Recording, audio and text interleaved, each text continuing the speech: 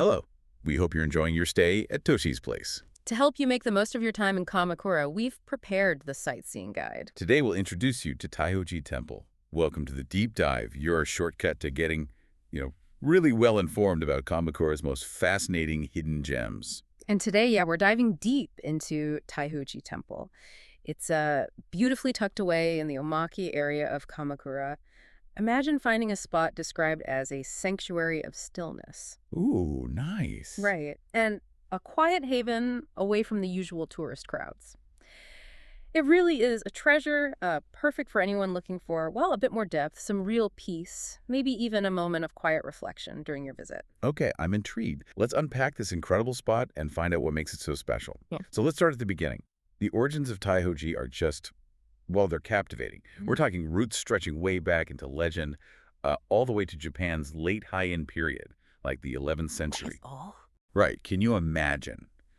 The very ground where this peaceful temple sits now. Yeah. Apparently, it was once the site of a grand residence and connected to Minamoto no Yoshimitsu. The Minamoto no Yoshimitsu from the Genji clan. Yes, that one. The legendary warrior, a real icon. Yeah. This spot is actually known today as the Satake Residence Ruins. And Yoshimitsu, what a character. History paints him as this incredible military mind, especially during the later Three-Year War. Just brilliant. Mm-hmm. But here's the twist. He wasn't just a warrior. He was also a master of the sho. That beautiful, complex Japanese wind instrument. Oh, wow. A samurai musician. Exactly. Kind of amazing. Right. And get this, there's this incredible story about him spotting an ambush just by watching geese. Geese! Apparently, he saw them suddenly fly up in a weird pattern. Figured they must have been spooked by hidden soldiers. Talk about sharp eyes and a really clever mind. That's incredible. And what's truly fascinating here is how these almost legendary tales weave together with actual history. It gives Taiho-ji such a rich background. Now, while, there's some historical discussion about whether Yoshimitsu himself was physically in Kamakura, given the politics and travel back then. Sure. Makes sense. It is really well documented that the Satake clan, these guys were his direct descendants. They were granted this exact piece of land. Oh, yep. And guess who granted it? None other than Minamoto no Yoritomo. The first shogun. Wow. The very first shogun of the Kamakura shogunate. So this wasn't just any old plot of land. It was significant. And we actually have visual proof right there tying it all together. Proof? Like what? Well, if you look closely when you visit, you'll see Taiho-ji's crest. It's a 5-ribbed fan with a moon circle. And this crest, it's absolutely identical to the Satake family crest. Wait, really? Yes. You can still spot it on the temple's roof tiles, imagine, centuries old and even carved into the stone water basin. It's like a silent witness to this whole history. That's amazing. And there's even a lovely legend that Yoritomo himself gifted this crest to the Satakes as a battle standard, a symbol of their bravery. It really makes you feel the weight of history right there. It absolutely does. Wow. Okay, so from those warrior beginnings, how did we get the temple itself? How did Taiho-ji actually emerge? Right, good question. It's a story of spiritual resilience, really. The records we have suggest the first temple here was founded in the late 14th century. Okay. A guy named Satake Yoshimori, another one from that warrior family, he established Taiho-ji Temple. It was a Nichiren Buddhist temple built right beside his home. Oh, right next door. Yeah, imagine integrating your spiritual life so closely with your daily life.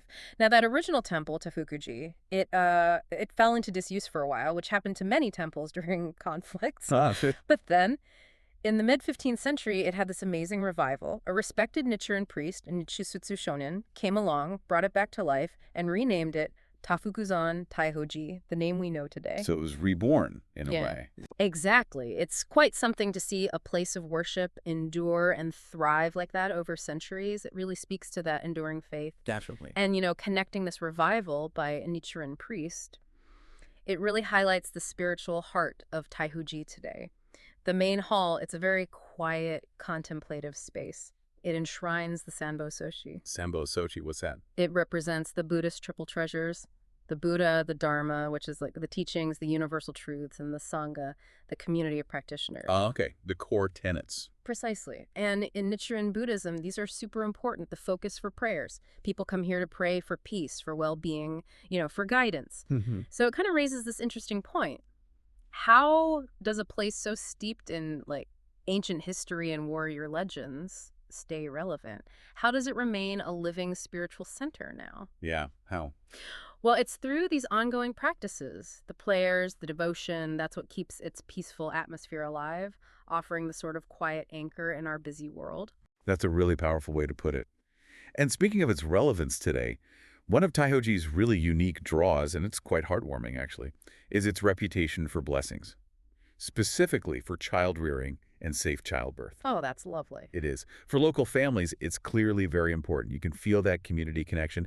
They even have an annual festival, the Kosadai Kishimojin Festival, every May 9th. A festival? What's that like? It sounds wonderful. Families gather, praying for their children's health and growth. Lots of hope in the air, you know. And the story behind Kishimoji, the deity they honor, it's wild. Oh, Get this. She was originally, believe it or not, a child-snatching demon. seriously? A demon? Yeah, but through the Buddha's teachings, she had this complete transformation. Total change of heart. Became a protective deity, especially for kids. Wow, that's quite a turnaround. Isn't it? It's a beautiful symbol of that Buddhist idea of Kaishin spiritual transformation. It shows how even, the darker parts can be changed through compassion and understanding. It's a message that really resonates. It really does. A testament to interchange. And speaking of beauty, the temple grounds themselves are just lovely. So many serene spots, perfect for quiet thought. We're just taking some really nice photos. Oh, yeah. Like what? Well, as you wander around, you'll find Tofuku Shrine. It's also called Tofuku Inari Daimyojin. It's also linked back to Yoshimitsu's family line. Okay. And people worship there for, prosperity and good harvest. But visually, you'll see this stunning white torii gate. A white one. That's unusual. It is, and it looks incredible against the blue sky and all the green trees. Just a beautiful contrast. It's a super popular photo spot for that reason. Imagine it during cherry blossom season. Oh, wow. Or with the autumn leaves. It's gorgeous. And then besides the shrine, there are two other historic spots linked to Yoshimitsu.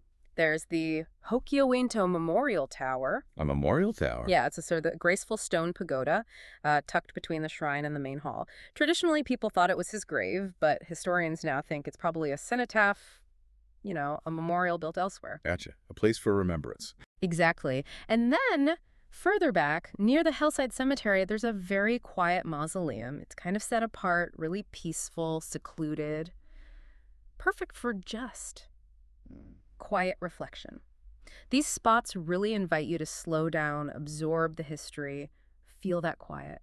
That sounds absolutely lovely. After hearing all that, I'm sure people listening are thinking, okay, how do I get there? And the good news is it's really easy. Yeah. Yeah, Taiho-ji is super testable. It's about a 15-minute walk from Kamakura Station, right in that charming, quieter Omachi area. Oh, perfect. So easy to fit in. Absolutely. Makes for a great morning or afternoon wander, just stepping away from the busier main streets for a bit. Nice. And thinking about your whole Kamakura trip, Taiho-ji doesn't have to be just like a single stop. It's a fantastic starting point, or maybe a peaceful pause while exploring that whole district. Good idea. What else is nearby? Well, we definitely recommend pairing it with Taiho-ji Temple. That one's fascinating because it has the Sataki Yagura. The Taki Yagura. What's a Yagura? They're these unique cave tombs, kind of carved into the hillsides, really specific to Kamakura, and this one directly links the area back to the Sataki family again, another piece of the puzzle. Cool. So more history connections. Exactly. And you could also easily walk to Enyuin Temple, on Kokuranji Temple, and Yakumo Shrine. They're all pretty close. And what's really nice is that the paths along Omachidori, the street there, they feel less like a tourist highway and more like a quiet pilgrimage route almost, connected to Nichiren. Oh, I like the sound of that. More reflective. Totally. It's a different kind of cultural experience compared to some of the, really crowded spots. You get a deeper feel for the spiritual side without the hustle. And practical stuff. Opening times, costs. Right. Good news there, too. Admission to Taiho-ji is totally free. Oh, fantastic. Yeah. Though, donations are always appreciated to help keep the place beautiful. It's open from 8:00 a.m. to 4:30 p.m. And if you like collecting those Gashuin or Gashudai stamps, The calligraphy seals. yeah, those are available during opening hours. They often have really meaningful phrases like repaying the Buddha's kindness or like a lotus in water. And of course, the Nichiren chant, Namu Myoho Renj Kyu. Each one is like a little piece of art, a nice memory of your visit. That's wonderful. And this really ties back perfectly for you, our listener, especially thinking about your stay at Toshi's place. How so? Well, the beauty of staying somewhere like Toshi's, right? with the kitchen, the self-service. Yeah. It gives you so much freedom. You're not locked into some rigid tour schedule. Oh, yeah. Total flexibility. Exactly, which means you can actually discover these kinds of amazing quieter spots like Taiho-ji that maybe, people on a quick day trip might completely miss. Good point. You can take your time. Right. It allows for that deeper, quieter experience we were talking about. You can really connect with the history, soak up the nature, all without feeling rushed. Imagine like a slow morning, a peaceful walk through these ancient grounds, really feeling the place, and then heading back to Toshi's whenever you're ready. On your own schedule. Yeah. It turns sightseeing into more of a personal journey, much richer. So Taiho-ji Temple. It really does offer this incredible mix. You've got the powerful warrior history, these deep Buddhist teachings, and just serene, beautiful nature. It's a truly rewarding experience, just waiting there for you to find one peaceful step at a time. What did you think? We hope the rest of your stay at Toshi's place will be filled with wonderful memories.